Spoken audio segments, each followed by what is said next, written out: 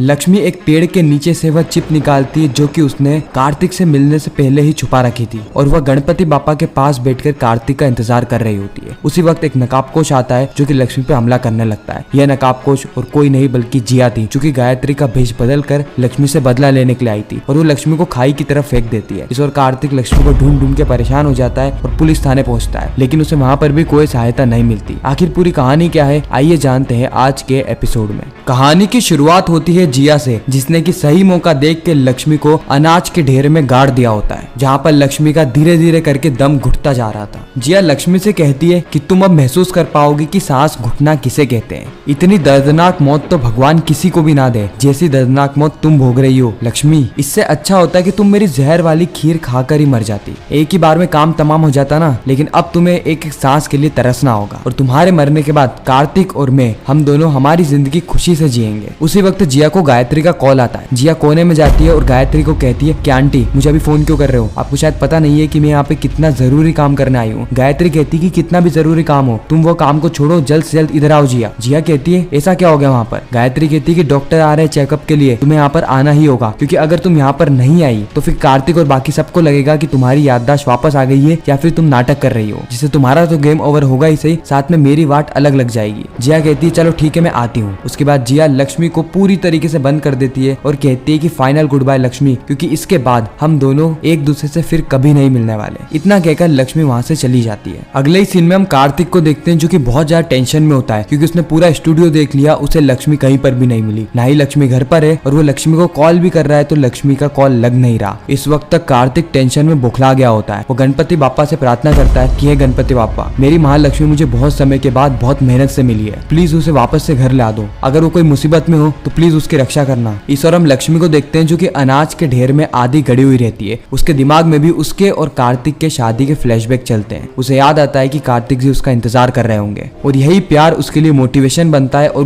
वो पूरी ताकत लगा देती है उस बॉक्स से बाहर आने के लिए। इस वक्त तक संजना डॉक्टर को लेकर घर में आ गई होती है, लेकिन गायत्री कहती है कि डॉक्टर साहब जिया अभी सो रही है, आप कल आना। संजना कहती है कि ये क्या बात हुई, जिया सो रही है तो उठ जाएगी ना, डॉक्टर इतनी दूर से चेकअप करने के लिए आए, और वैसे भी कार्तिक ने मुझे स्ट्रिक्टली कहा है कि बिना जिया का चेकअप करे डॉक्टर को वापस नहीं भेजना है।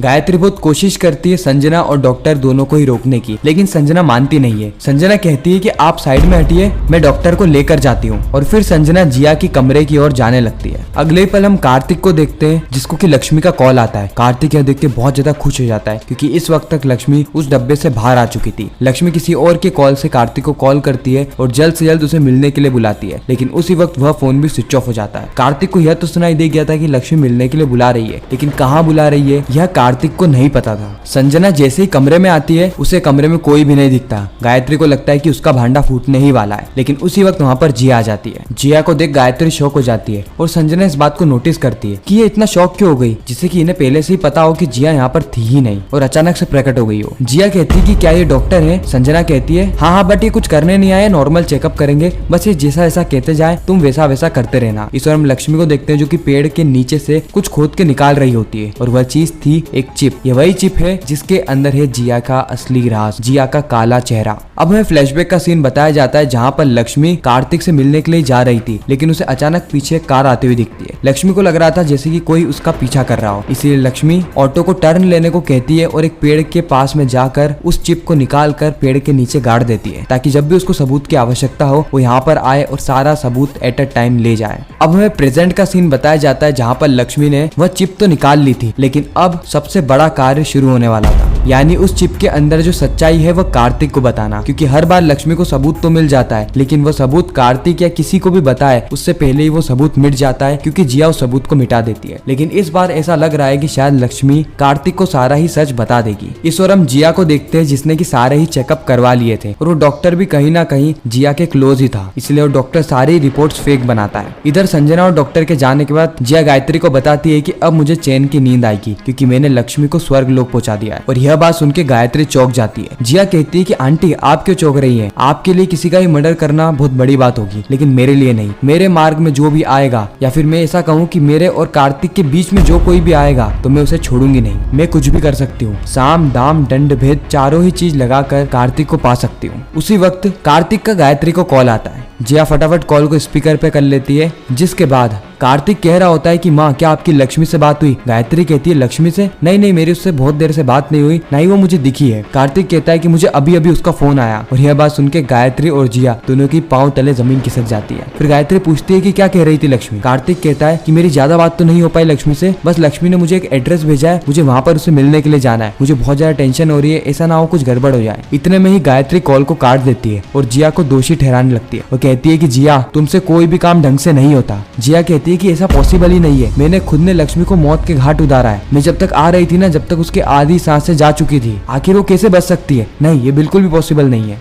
गायत्री गुस्से में कहती है कि तुमसे एक काम भी ढंग से नहीं होता। तुम हर बार मुझे ब्लैकमेल करती थी ना, हर बार मुझे धमकी देती थी। आज मैं तुम्हें चेतावनी दे रही हूँ कि अगर कार्तिक के सामने कोई भी राज आया जिसमें मेरा नाम शामिल होगा तो फिर मैं तुम्हें छोड़ूंगी नहीं, मार डालूंगी तुम्हें। इतना कहकर गायत्री वहाँ से चली जाती है और यह बात जिया को बहुत ज्यादा खटकती है। अगले ही पल हम कार्तिक को देखते हैं जो कि लक्ष्मी से मिलने जा ही रहा होता है, लेकिन एक कार वाला जानबूझ के कार्तिक को टक्कर मार देता है और वहाँ पर लड़ाई झगड़े करने लगा। हालांकि कार्तिक के पास इतने पैसे नहीं थे कि वह इतनी लग्जरी गाड़ी का डेंट ठीक करवा सके उस पॉइंट ऑफ टाइम पे। हालांकि अकाउंट में पैसे पड़े थे, लेकिन उस आदमी ने अकाउंट में पैसे लेने से मना कर दिया। और वहीं पर जो उसका दूसरा आदमी है वो जिया को कॉल करता है और कहता है कि मैम आपने जो कहा था बिल्कुल मैंने वैसा ही करा। मैं कार्तिक निगम को यहाँ पर ही रोक के रख रहा हूँ, आप बिल्कुल भी चिंता मत करिए मैडम, मैं इसको कम से कम 2 घंटे तो यहाँ पर रोक के रख ही सकता हूँ। इस और हम लक्ष्मी को देखते हैं जिसको की बहुत ज्यादा टेंशन होने लगती है क्योंकि अभी तक कार्तिक आया नहीं है, साथ ही उसको इतना बड़ा सबूत कार्तिक को बताना है। वो जानती है कि हर बार जब भी वो सबूत बताने जाती है उसके पहले ही जिया कैसे न कैसे करके सबूत को डिस्ट्रॉय कर देती है। लेकिन इस बार लक्ष्मी को यकीन था कि वो कार्तिक को सच बता देगी क्योंकि यह बात लक्ष्मी और कार्तिक के बीच की थी। यहाँ पे किसी भी तीसरे इंसान को नहीं पता कि लक्ष्मी कुछ सबूत लेके कार्तिक के पास जा रही है। लेकिन ये एक तरीके से लक्ष्मी का वहम था क्योंकि जिया को सारी सच्चाई पता लग चुकी थी। लक्ष्मी को वहाँ पर गणेश जी दिखते हैं। लक्ष्मी तुरंत ही गणेश जी की मूर्ति के सामने जाती है और कहती है कि बापा कार्तिक जी को सही सलामत यहाँ पर पहुंचा दीजिए और उन्हें ये सबूत दिखा दीजिए, मैं बस आपसे इतनी सी गुजारिश करना चाहती हूँ। उसी वक्त एक नकाबपोश लक्ष्मी के पीछे आके खड़े हो जाता है। परछाई से लक्ष्मी को लगता है कि कार्तिक आ गया है। जैसे लक्ष्मी कहती है कि कार्तिक जी आप आ गए और पलट के देखती है तो वहाँ पर कार्तिक नहीं बल्कि कोई नकाबपोश होता है जो कि कहीं ना कहीं गायत्री जैसा ही नजर आ रहा था। लक्ष्मी उसको देखकर सतर्क हो जाती है और अपनी पेनड्राइव को यानी अपनी जो चिप है उसको दूसरे हाथ में छुपा लेती है। लेकिन इस वक्त तक वह नकाबपोश लक्ष्मी से लड़ने लगता है और लक्ष्मी को जोर जोर से जमीन पे फेंकता है जिससे कि लक्ष्मी के हाथ की वह चिप दूर गिर जाती है। लक्ष्मी उस चिप को उठाने भी जाती है लेकिन उससे पहले ही वह नकाबपोश वापस से लक्ष्मी से भिड़ जाता है। ये दोनों के ही बीच में हमें भड़क देखने को मिलती है। लक्ष्मी नकाबपोश को जमीन पे गिरा देती है और फिर हमें पता चलता है कि यह नकाबपोश और कोई नहीं बल्कि जिया है। जिया वहाँ से मिट्टी को उठाती है और लक्ष्मी के आंखों में डाल देती है जिससे कि लक्ष्मी जिया का चेहरा ना देख पाए। अब जिया के पास सही मौका था कि वह लक्ष्मी का अंत कर दे, इसलिए लक्ष्मी का हाथ पकड़ती है और उसे जोर से खाई के अंदर धक्का दे देती है। लेकिन इस वक्त तक लक्ष्मी बच चुकी थी क्योंकि लक्ष्मी ने एक पेड़ की डाली पकड़ ली थी, लेकिन अभी भी उसको ऊपर आना बाकी था और जिया लक्ष्मी को पूरा गिराने ही जा रही थी कि उसी वक्त कार्तिक की आवाज आती है और कार्तिक की आवाज सुनकर जिया को छुपना पड़ता है। जिया कहती है कि लो आ गया महालक्ष्मी का महाकार्तिक, ये बचाएगा लक्ष्मी को। हर बार गलत टाइमिंग पर ही क्यों एंट्री लेता है ये। इस और हम देखते हैं कि कार्तिक बार बार महालक्ष्मी महालक्ष्मी चिल्ला रहा होता है लेकिन लक्ष्मी को जवाब नहीं दे पाती क्योंकि लक्ष्मी की पूरी शक्ति सिर्फ और सिर्फ उस डाली को पकड़ने में ही लगी हुई थी। कार्तिक चारों ही तरफ लक्ष्मी को देखकर परेशान हो गया था और इसी के साथ ही खूबसूरत एपिसोड यहीं पर ही खत्म हो जाता है